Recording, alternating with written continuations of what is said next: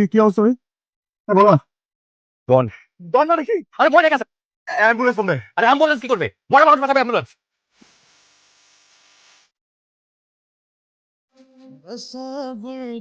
এই ফোন বাজতেছে। লোকটার phone বাজতেছে। Receive কর। লাউড স্পিকারে দে। মামা, তুমি কখন আসবে? মা তো তোমার জন্য রান্না করে বসে আছে।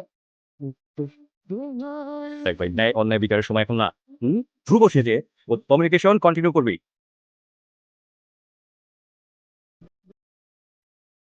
মামা, তুমি কি আম্মুকে আজকে বকা দিছো? আমাদের যে কাঁদছে। তোর মনে হয় মনে নেই, আমরা একটা নতুন বাসা পেয়েছি। তোকে ঠিকানাটা টেক্সট করে দিচ্ছি, তুই চলে আসিস। ওগো, তুমি তুমি কি সত্যি আমাকে কল করেছো? তোমার মনে আছে শেষ আমাদের কবে কথা হয়েছিল? তুমি কি শুধু আমার কথা শোনার জন্য কল করেছো? হ্যালো, তোমার গলায় কি হয়েছে? তুমি কি সিক নাকি? তুমি নিশ্চয়ই আমার ঠান্ডা খেয়েছো। আচ্ছা, তোমাকে কতবার বলেছি যে তুমি এসব ঠান্ডা খাবে না, তোমার সহ্য হয় না? তোমাকে কতভাবে বোঝানোর চেষ্টা করেছি বলো তো? শোনো, আমি কিন্তু কিছু জানি না। আমি কালকে সকালবেলা এসে তোমাকে ডাক্তারের কাছে নিয়ে যাবো। ঠিক আছে, আমাকে ফোনটা রাখতে হবে এখন। বুঝবি তো, শ্বশুর বাড়িতে আছি। সুখের দিনগুলোতে আমার তোমাকে নিয়ে কখনোই দেখা হয়নি। তুমি যে আমার কতখানি অস্তিত্বের অংশ সেটা তো করেন।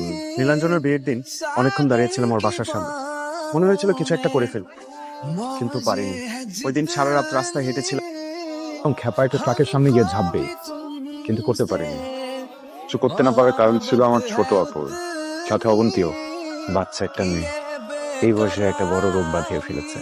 আমার দুলাভাইটা 2 বছর আগে বিদেশে গিয়েছে। তারপর থেকে আজ পর্যন্ত তার সাথে কারো যোগাযোগ হয়নি। আমার ছোট্ট একটা চাপে সামান্য কিছু বেতন, খুব খারাপ লাগে, খুব কষ্ট হয় আমার বোনটার জন্য, আমার ভাগিমা বোনটির জন্য।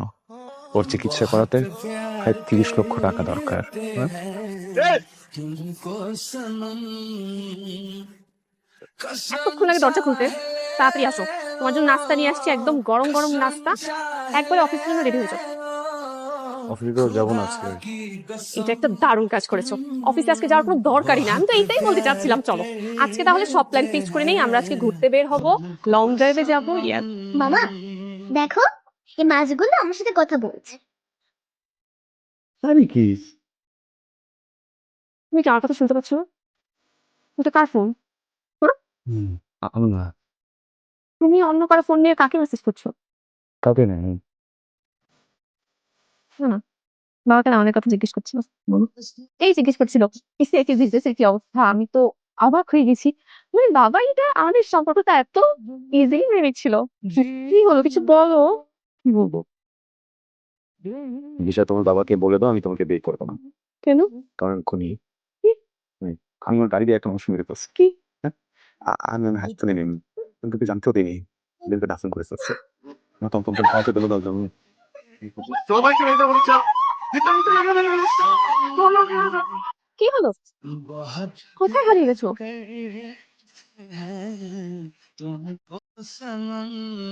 তুমি না আমাকে বলেছিলে আমার জন্য খেলনা নিয়ে আসবে? তুমি দিয়ে এলো না। তুমি না আসলে আমি কিচ্ছু খাবো না।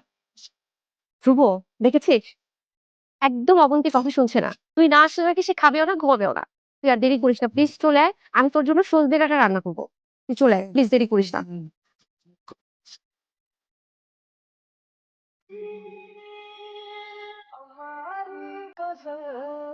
কি চাই? কে আপনি? জোবার বন্ধু, আবার আবার কাছে আসছে। আমি ধ্রুবর বড় বোন। শুভ কোথায়? ধ্রুব, ও তো অফিসের কাজে ব্যস্ত। আমি অবন্তীর খেলনা ধ্রুব পাঠিয়েছে। প্লিজ আপনি বলুন। জি না, আমি জাস্ট খেলনাটা দিয়ে চলে যাবো। মা, কি এইটা? উনি হচ্ছে তোমার মামার বন্ধু, তোমার জন্য খেলনা নিয়ে আসছে। মা, জি? আমি আমার মামার বন্ধুকে কি বলে ডাকবো? মামা বলে ডাকবে? বললো মামা, তুমি আমাকে ঠান্ডা বলে দাও। সারাদিন এতগুলো ফোন দিচ্ছি আমি তোমাকে, কোথায় ছিলা? কোনো খেয়াল দাও নাই? কি? ভাই, তোমাকে ডিস্টার্ব করছি, কিছু মনে করো না। আসলে অবন্তীর ইন্টারনাল লাগবে তো, ও শ্বাস নিতে খুব কষ্ট হচ্ছে। শুভকেও ফোনে পাচ্ছি না, তাই তোমাকে জানাতে বাধ্য হলাম। আমার একটু বেরোতে হবে। এই এত রাতে তুমি কোথায় যাবা? দাঁড়াও। জানিস ধ্রুব, মিষ্টি ছেলেটা না খুবই ভালো, অবন্তীর ওর খুব পছন্দ হয়েছে। জানিস তো, আজকে অবন্তীর শরীরটা আবার খারাপ করেছে। অবন্তীর ট্রিটমেন্টের টাকা কিছু জোগাড় হলো? ধ্রুব, আমার অবন্তী কি আর ঠিক হবে না? আমার অবন্তী কি আর বাঁচবে না? অবন্তীর ফুসফুসে একটা ছিদ্র আছে। অবন্তীর চিকিৎসার জন্য প্রায় 30 লক্ষ টাকার মতো লাগবে। ওর কি হয়েছে ভাইয়া? ও ফোন দিলে ফোন ধরছে না, টেক্সটে রিপ্লাই করছে না, আমাকে অ্যাভয়েড করছে। আমি আরে কিচ্ছু হয় নাই রে বাবা, সেম ওল্ড অফিসের পাড়া। অফিস কি ওর আগে ছিল না? আর অফিসের কাজ তো সব তুমিই করো। ভাইয়া, আমি কিস থেকে হারিয়ে ফেলছি। আপা না বলে হুট করে চলে আসলাম। আসলে ধ্রুব কিছু টাকা পাঠিয়েছে আপনাদের জন্য। টাকা দিয়েছে? কিসের টাকা? আপনাদের চিকিৎসার জন্য। ঠিক আছে। মানে ও গাড়ি চালাচ্ছিল আর একটা লোক সামনে দিয়ে গেল আর তোমরা মেরে দিলা? অ্যাক্সিডেন্ট ছিল, এটা অ্যাক্সিডেন্ট ছিল।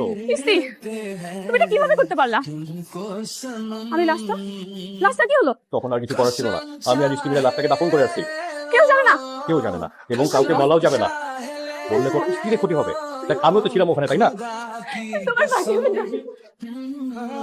আমি বলে দেবো, কি বলতেছি তুই বলে দিবি? এইভাবে থাকতে পারবো না। বলে দিলে তোমার ফাঁসি হয়ে যাবে ইস্তি। আমার কথা ভাবো একবার। নিলয়, এই অবন্তিতের জন্মদিন রে কালকে।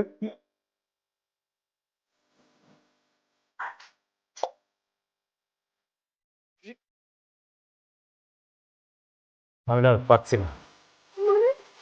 এই যে বেরি ফোন, আপনার ভাই ভিভোর ফোন, ও আর পিবে না। মানে ওই মানে কি বলছো? ওকে আমি মেরে ফেলছি। আমি আর পারছি না, বুঝছেন? আমি ওকে মেরে নিজের হাতে দাফন করে চলে আসছি। আমি কাউকে ব্যাপারটা জানতে দিইনি। আমি না আসলে ওকে মারিও নাই। আমি কি বলবো আমি বুঝতে পারতেছি না। গাড়িতে বসে যাচ্ছিলাম, যেতে যেতে হঠাৎ করে না সামনে একজন চলে আসে। আমি ব্রেক করতে করতে এটা তো একটা অ্যাক্সিডেন্ট ছিল না। আমি ওই মানুষের সামনে যে অনেকবার বুঝাইছি, বুঝছেন? আমি নীলা বলতেছিল যে এটা অ্যাক্সিডেন্ট। এটা আচ্ছা, এটা যদি অ্যাক্সিডেন্ট হতো আমি তো মানুষটাকে কাউকে না বলে দাফন করতাম না, তাই না বলে? কিন্তু আমি এখন আর পারছি না, বুঝছেন? এই নাটক আমি বের হবে না। আমি কারো মামা না, আমি কারো ভাই না। আমি জাস্ট একটা খুনি। কি বলছো? ও ও আর ফিরবে না?